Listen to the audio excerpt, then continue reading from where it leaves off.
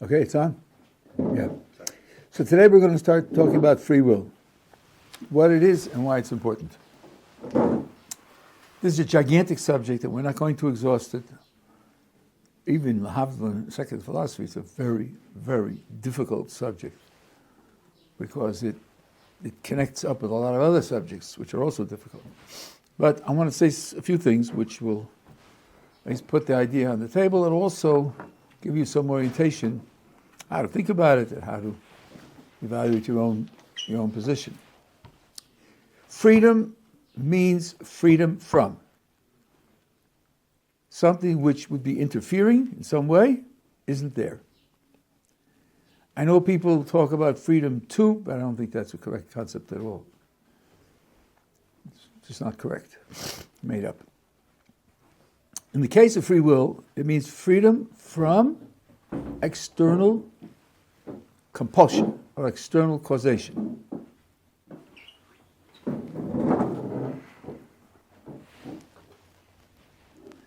If someone's standing at the head of a flight of stairs, facing down, and somebody sneaks up behind him, gives him a shove, and he tumbles down the stairs, and at the bottom of the stairs, there's an antique vase worth $50,000, and he smashes the vase. We say he's not responsible because he didn't do it of his own free will. He didn't choose to fall down the stairs. And having been pushed, he couldn't have stopped himself. His will wasn't involved. Free means free from external compulsion. And that means when something happens, if it doesn't have external compulsion, it means he made it happen. The event comes from his own will. Now, there are a lot of refinements of this idea. Let me say it a little more generally and a little more carefully. Any creature that has no free will has no responsibility.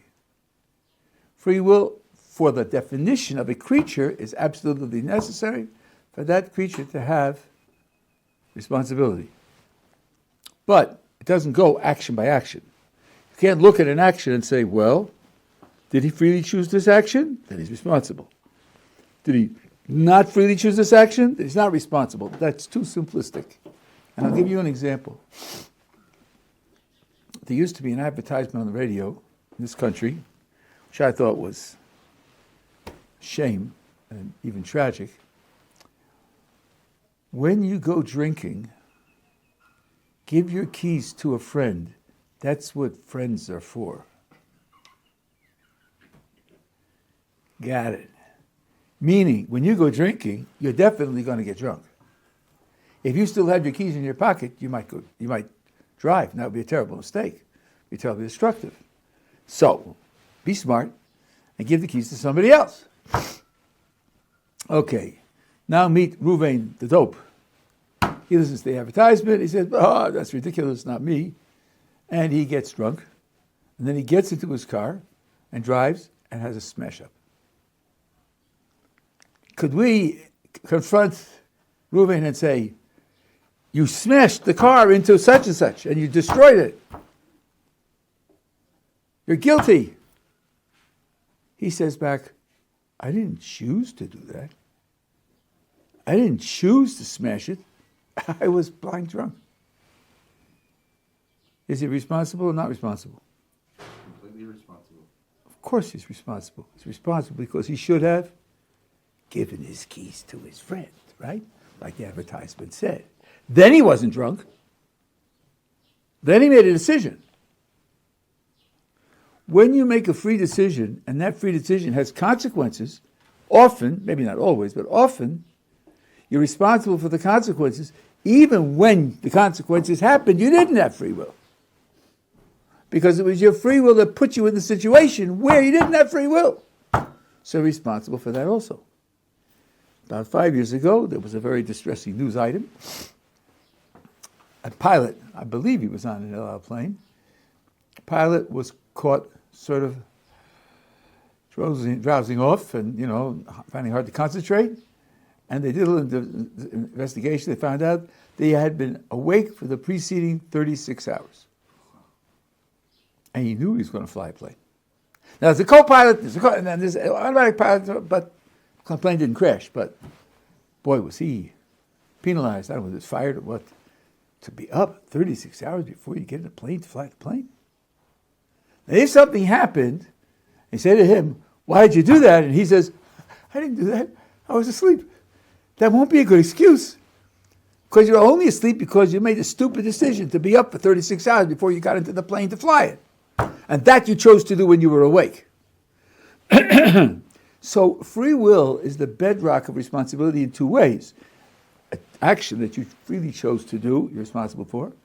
And an action which is something that happens, I should say, an event that happens as a consequence of a free choice, often you're responsible for that as well.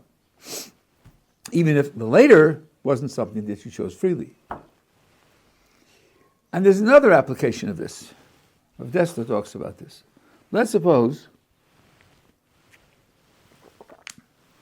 this happens. Children have problems. Children often have bad habits. One habit that is quite common among children, let's say from 8 to the age of 12, is that they steal. Sometimes even older, they steal. At some point in time, it penetrates their skull that this isn't right. This isn't right. Sometimes that isn't enough. They struggle, and they work on themselves, and they try to overcome it. And there's a period of time of struggle when sometimes they win and sometimes they lose.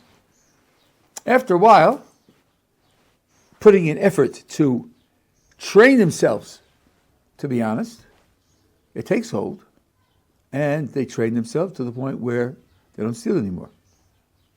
And as time goes on, it's not just that they don't steal anymore, but after a while, they don't feel the impulse to steal. They've outgrown that. They're more mature for that. You can imagine him at 19 walking into the candy store with a friend, and the proprietor is nowhere to be seen. And the friend says, "It's our chance! We can fill our pockets with candy and run!" And he says, "Are you crazy? What? What are you talking about?" 8 years ago he was doing that. Yeah, but he's so much 8 years older, and he struggled to create for himself a habit. Now the question will be this. Every time he walks into a store, there's opportunity to steal, he doesn't steal, does he get credit for not stealing? Well, he's not struggling. He's not overcoming the impulse to steal. He doesn't take any effort. But why is he not struggling? He's not struggling now because he struggled before. Because he made the effort to train himself not to do that. Therefore, says Rav Dessler, he gets credit for not stealing for the rest of his life. It goes for good and bad. Yes, it goes for good and bad. That's the point that I wanted to make. That's exactly the point. It isn't biased one way or the other. That the term responsibility itself goes for good and bad. You can be responsible for good things you do, and you can be responsible for bad things that you do. And this concept is linked to an answer to a very famous question. One of the reasons we're given free will is so that we can earn the reward that HaKadosh Baruch Hu wants to give us in the world to come. Indeed, that's a little redundant. If you don't earn it, that's not a reward. It could be a gift, but it's not a reward. Reward, by definition, means a response to something that was earned. And HaKadosh Baruch Hu, when we get it in Olam Haba, wants us to earn it. Okay, how much is my work worth? How much does my effort buy me in terms of credit? So you can think of a person who's, let's say, paid by the hour. A good pay by the hour, $50 an hour, $100 an hour. If you work a certain number of hours, then you get a certain finite amount of credit in the bank account that you earned. But you see, the reward in the world to come is eternal. Eternal. Forever. How could you possibly earn that? You'd have to put in an infinity of hours in order to earn an infinity of reward. Now you could break it up, like every day in the world to come, you could spend 3 or 4 days working, 3 or 4 hours working, and then enjoying it, and you can do that forever, and then you earn all of it. But that's not the way it works. The way it works is we have a period of time in this world where we have free will and we earn, and then there's a reward forever. How can you say that we earned it when it's not proportional to the amount of effort we put in? That's a clever question that some people ask. And one way to answer the question is this. Let's imagine a different scenario where a person works and gets something good at the end that he's earned. Let's imagine a person is building his own house. There are people who do this, even people who do it in the forest where everything is raw, they use only raw materials and so on and so on. Unless it takes him 10 years. 10 years of work to build a house, which is, he's doing it on his own. It's a reasonable amount of time. Okay, he built a house, now he's living in the house. 30 years go by. Somebody knocks at the door and says, "What right do you have to be in this house?" And he says, "I built it." "Really? How many years did you work on it?" 10 years. Let's work this out. How many hours is the work of 10 years? So many thousands of hours. Well, that gives you about $1.5 million of credit. Okay, now given the value of the house, $1.5 million of credit earns you about 22 years of residency. You've outlived your stay. You don't deserve to be here anymore. Because he's here 30 years. I think the response will be, you're not getting it right. When you build a house for yourself, you're not paid by the hour for what you build, and you don't have a certain amount of time in the house. You built the house, it's yours. You could use it for 1,000 years. It's not as if you ran out of the merit to be in the house because you built it for yourself. You created it for yourself. Now, when you think of serving a Kodesh Baruch Hu and getting a reward, there are 2 models here, and now which model is correct is going to be very important. One model is being paid for a job. If that's the case, then the question comes storming back. You're being paid, you have a certain amount of credit, but an infinity of reward can't be earned with a finite amount of credit. But let's suppose that the result of the mitzvahs that I do creates something. In particular, it creates something in me. I become a different person by the mitzvahs that I do. And let's imagine that the world to come, this is really imagination, I think it's true. In the world to come, there's a certain something or some things that are available, but only if you create in yourself a certain receptivity will you be able to relate to those things in the world to come. And if you do, those are there, they're free. And you'll get, according to what you've created within yourself, a receptivity to relate to. So then, the result of my mitzvah is not to earn credit in a bank account. The result of my mitzvah is to change me, to build me into something new. Well, if I become something new, then I've earned the merit to use those creations in me forever. I don't run out of merit to do that. So that's another way in which your free will can create for you a brand new circumstance. Now, this is really built into many Jewish sources.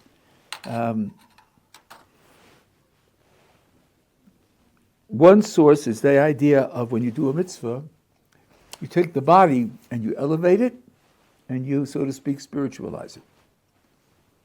A word or two about the body. The body is morally and spiritually blind. The body wants what it wants when it wants it. From the body's point of view, let's say a sandwich. He's hungry and he wants a sandwich.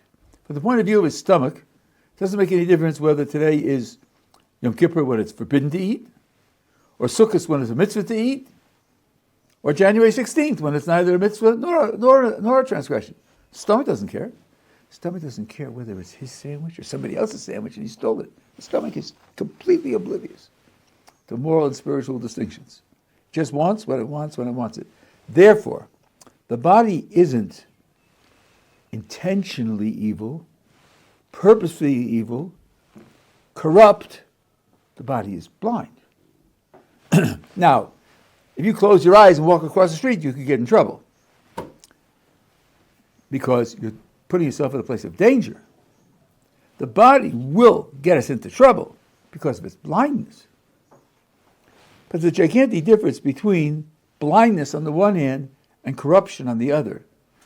And one of the differences is that if something's dangerous because it's blind, if you take control of it, if you manage it, then you can often steer yourself in such a way that it doesn't get into trouble. Not only that, but if you could train it, you may be able to train it and program it in such a way that it finally goes for the things that are good and not the things that are bad. Now let's say this is a problem in ancient times, maybe a problem even today. The people who own livestock, and livestock had to graze, they ended up grazing on other people's property. Not everybody put up a fence. Your responsibility, they shouldn't graze on other people's property. Go teach the animal where the boundary is and all the boundaries for everything else. But here's one thing you could do. You could teach the animal that unless it has a yellow stripe, don't eat it. That you could do, because it can see the yellow stripe. And with a little bit of operant conditioning, like giving it a bang when it eats something without a yellow stripe, and giving it a piece of sugar when it does eat with the yellow, it will learn to eat the ones with the yellow stripe. And then it'll only eat yours and wouldn't somebody else's. So you stop it from stealing. There are ways to deal with something which isn't purposely evil, just blind it gets into trouble.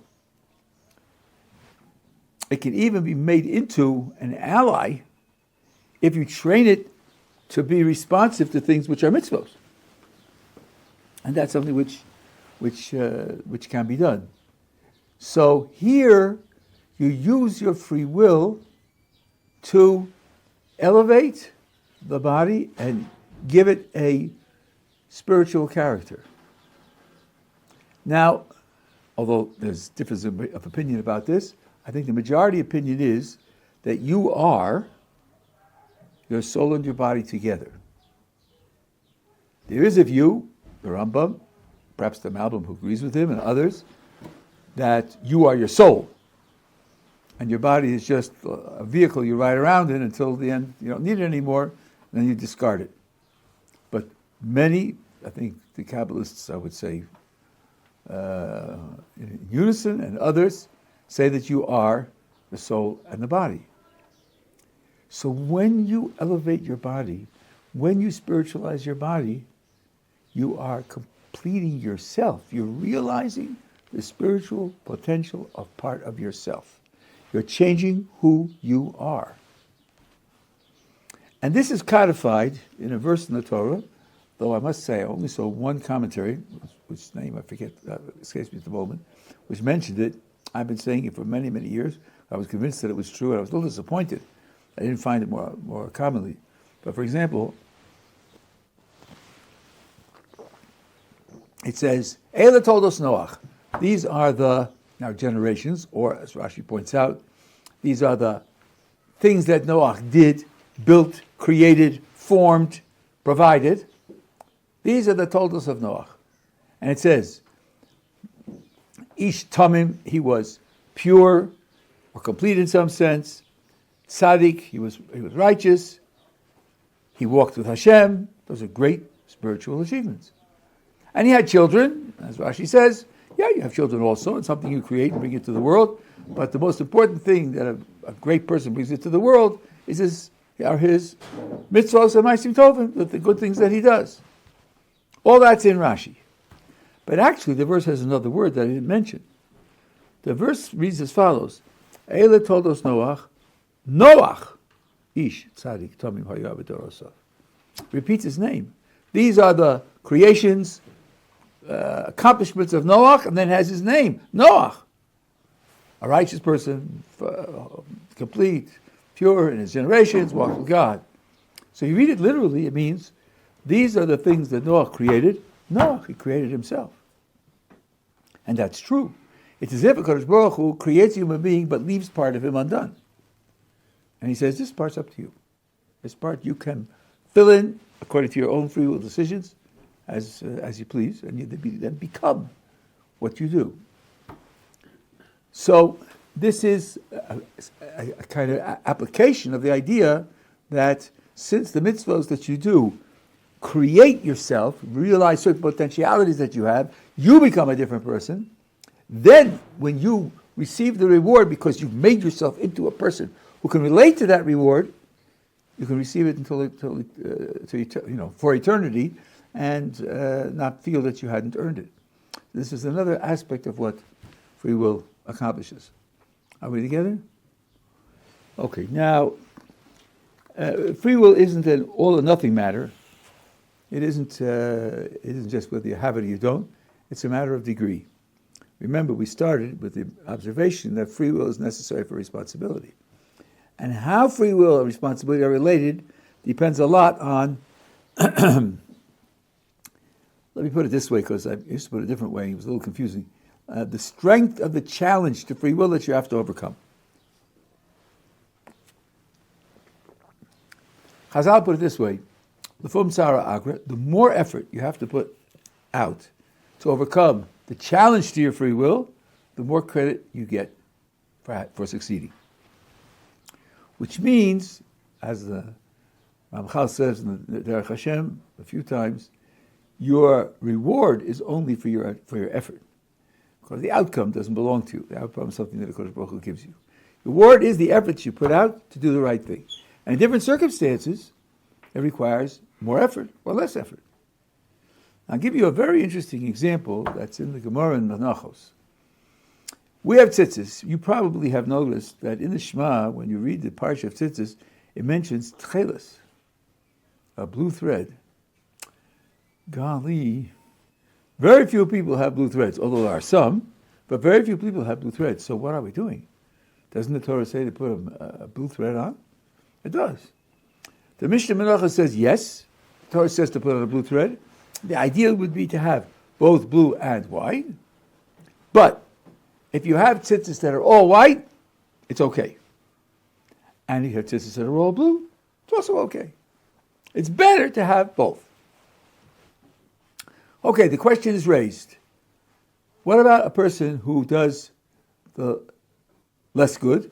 He's Yosef, it's less good. Either he has all white or all blue. Are they equally inferior? Are they equally damaged goods? Are they equally compromises? Or is one worse than the other? All blue or all white? All blue is worse.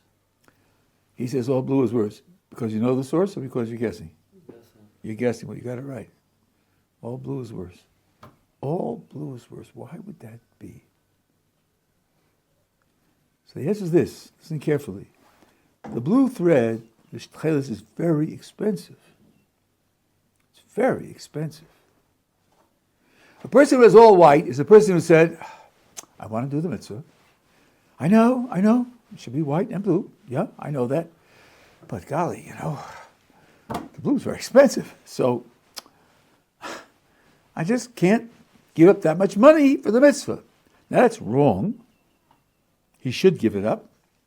But look what he's fighting against. He's fighting against a desire for a substantial amount of money. He didn't overcome that desire. Right. He should have overcome the desire. But he was faced by a significant challenge. What about the guy who was all blue? The guy who was all blue, all he needs to do is get white. White isn't dyed at all. It's a penny a piece. It's widely sold in the market.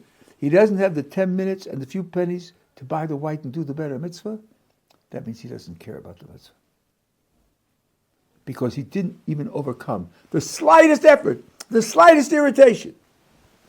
So the guy who has all white, though he should have done better, is not as bad as the guy who was all blue. Because the guy who was all white was faced by a significant challenge, which he failed to accomplish. And he was faced by a trivial challenge, which he failed. So that's why the nature of the challenge determines how much credit you get for success or failure. I'll give you another example. Someone puts a gun to the head of a Jew and says, bow to the statue. Well, you're not supposed to do that. Not supposed to do that. If a Jew freely chooses to bow to the statue, and there are witnesses, and there's a warning, there's a death penalty. It's a very, very serious crime. Suppose he has a gun to his head. Now imagine, someone puts a gun to Reuven's head and says, bow to the statue, I'll kill you. Shimon and Levi are standing there and they say, Reuven, we're watching you. We're witnesses. We're warning you. There's a death penalty for this. You mustn't do this. Reuven says, I hear you, but I just can't die. I can't do it. I can't do it. And he bows to the statue. So the witnesses go to the court. They say, Reuven bowed to the statue. And the court says, what were the circumstances under which he bowed to the statue? And the witnesses say, well, we warned him. Yeah, okay. We want anything else significant about the circumstances? And they say, well, he did have a gun to his head. And the court says, case dismissed. There's no penalty. Idol worship, no penalty. Because he was under threat of death. For those who know the Ohr Somayach on this, I said carefully, he's under threat of death. Now, let's think about this. To do the right thing here means to be willing to die. Wow, that's a lot. That's a gigantic obstacle to exercising your free will. So now, if he succeeds in exercising his free will and chooses to die and does the mitzvah, he's a hero. He's on the highest level of Jewish performance. Now work it backwards. If he fails, if he bows, what has he failed to do? He's failed to be a hero. Is failing to be a hero a big failing or a small failing? It's a small failing, right? Let's suppose somebody gets 96 on the exam. Say, oh, you didn't get 100, did you? Yeah, but I got 96. How bad is that you didn't get 100? Yeah, 100 is better, no question about it. But you got 96. So that's great. You failed to get 100 and you got 96, that's not a tragedy. That's not a terrible loss. Here's a person who was challenged to be a great hero and failed to be a great hero. That doesn't make him worthless. That doesn't make him a wreck, so to speak. Not at all. So because the challenge is so great, failure is very insignificant. And success would be gigantic. And if the challenge is very small, so then the failure is very significant as a failure, and the success is of very little significance. So if you're motivated by avoiding failure, you have a big motivation. So these are some examples or instances of how free will works. Are we together so far? Okay, now, here's a really fundamental question. So people get credit for the effort that they put out. Let's imagine that there's a scale of performance from 0 to 100. Now, you become responsible to a certain extent when you're 13 years old, as a man. Up until then, you're not as responsible. Okay, it's a long story. I'm not going into it now, but that's basically the idea. And then you spend the rest of your life exercising free will. So now, let's suppose that when you get to the level of when you get to the 13, because of your home and because of the schools you went to, there are many mitzvahs that you are doing already, and you're doing them habitually already. So in terms of performance, you're already at, let's say, level 65. So now you're making an effort to climb from 65. And let's say over your lifetime, you climb to 80, climb 15 points. Now imagine another person, because of an inferior home situation and inferior schooling and living in a place where the world is disordered, gets on the ladder at 20. And then he uses his free will and effort to climb to 35. If you're getting credit for your efforts, each one made the effort to go up 15 points. So you will get the same amount of credit. So, that being the case, is there any advantage to starting at 70? All you have is your effort, and you'll get credit for your effort. Indeed, does it make any difference for us to train our children and to educate our children and give them examples so that when they get on the ladder of 13, there'll be a higher level? It's not going to change their effort and reward of the world to come at all. For the first point, so in terms of what we said, you can make up other conditions that would make a difference, but in terms of what we said, it's not going to make any difference. So why would we be investing in training our children to get onto the ladder at a higher level? I think it's a very good question. Some Talmidim asked it to me some long time ago. And the only answer that I know is this. That's what HaKadosh Baruch Hu wants, which is the ultimate answer to all these questions. He wants people to be trained to be as high on the ladder as possible. Because HaKadosh Baruch Hu has set up the world in such a way that it needs service on all levels of the ladder. And the higher up you go on the ladder, the less people there are. So parents who train their children and push them to start out at 70 and climb to 85 are providing HaKadosh Baruch Hu with a level of service that he wants for the world, and which is going to be relatively hard to provide. And that being the case, there's an advantage to being put on the ladder at that level. But that advantage is only because the HaKadosh Baruch Hu wants it, not because it's going to make any difference for the individual himself. It's not what you do, it's how you do it. I'll give you a few sources of this, which I think are very important to keep in mind. The Rambam says in Hilchos Tshuva, Perek, the laws of Tshuva, 5th chapter. It says, because we are given free will, every Jew could be as big a tzaddik as Moses.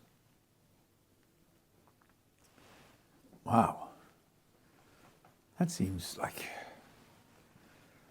a little hard to picture, a little hard to try on. Or does it mean that since I'm up to age whatever and I'm not living a life equal to Moses, then I'm a failure? Terrible failure.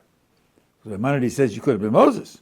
And the difference between me and Moses is 7 times infinity. So the answer is no. Rabbi Yochanan Wasserman explains it as follows. He says of himself, Rabbi Yochanan Wasserman, that if I would serve HaKadosh Baruch Hu with all my effort for 1,000 years, I wouldn't come up to Moses' ankles. But I could still be an equal tzaddik as Moses, because when I say I wouldn't come up to his ankles, I mean in performance.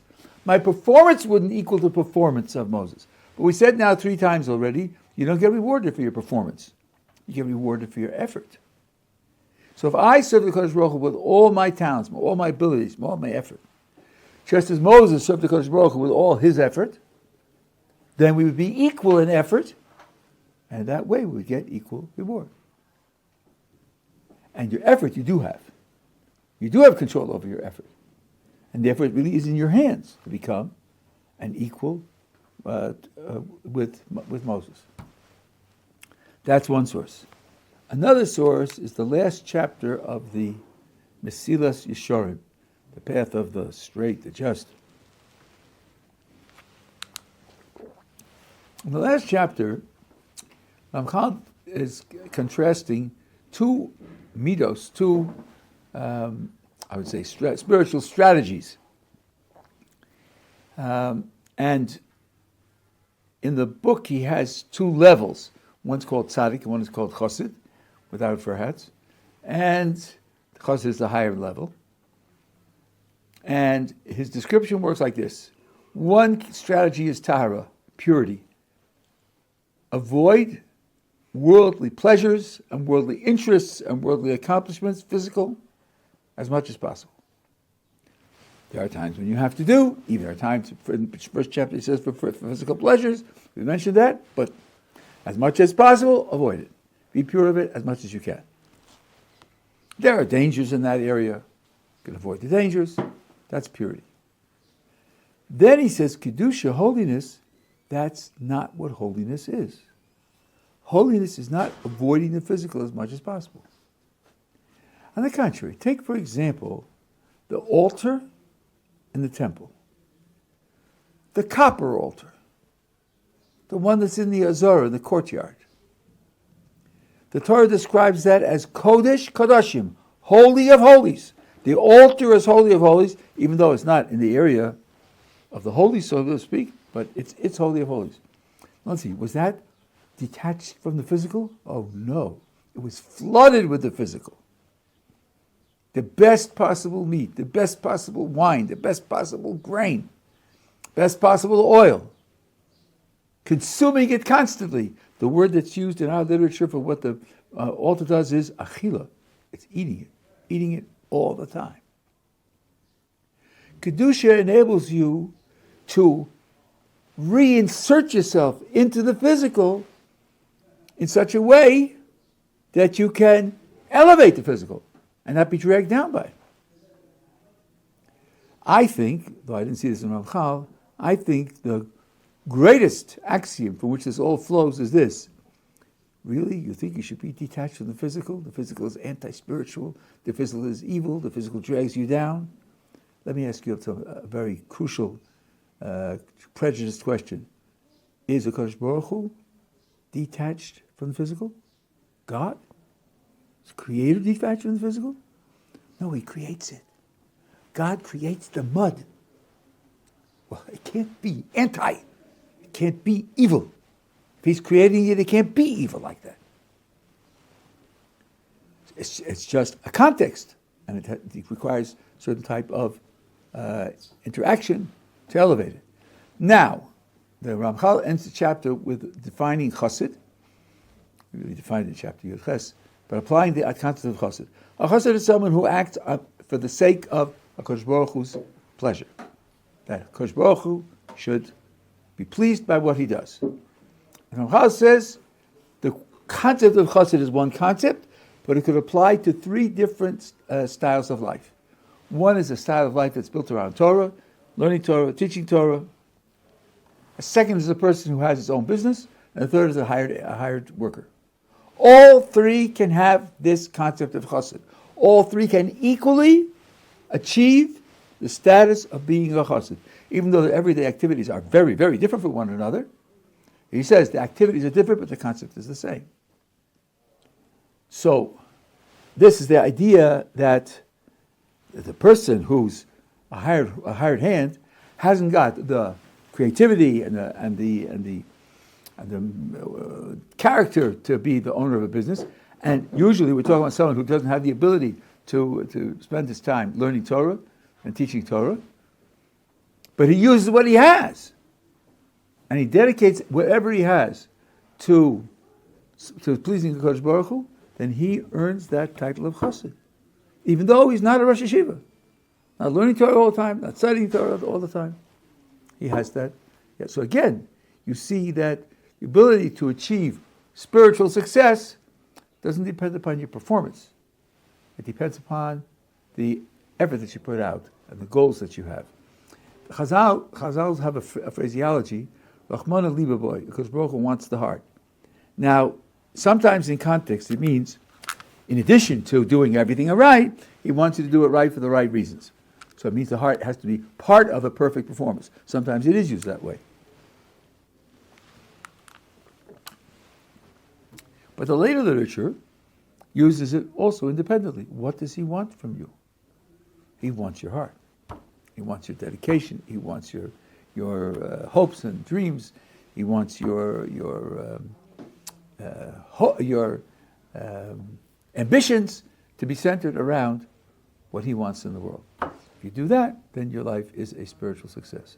So you have to realize that the limitations of your resources, whether they're your character resources, or your physical resources, or the resources of your time, don't hold you back from having a superb spiritual success. I was arguing about that with somebody who didn't get this, and I asked him, those of us for the last 1900 years, almost 2000 years, who came into the world with no temple, which means many mitzvahs can't be done, are we destined to have less reward than all the people who came before, or many people, because we don't have a temple to do the mitzvahs in? So he realized that's stupid. Of course not. Of course not. And that being the case, when you use what you have and use it as best possible to serve the Kodesh Baruch Hu, that's the name of the success. Okay, introduction to free will. See ya.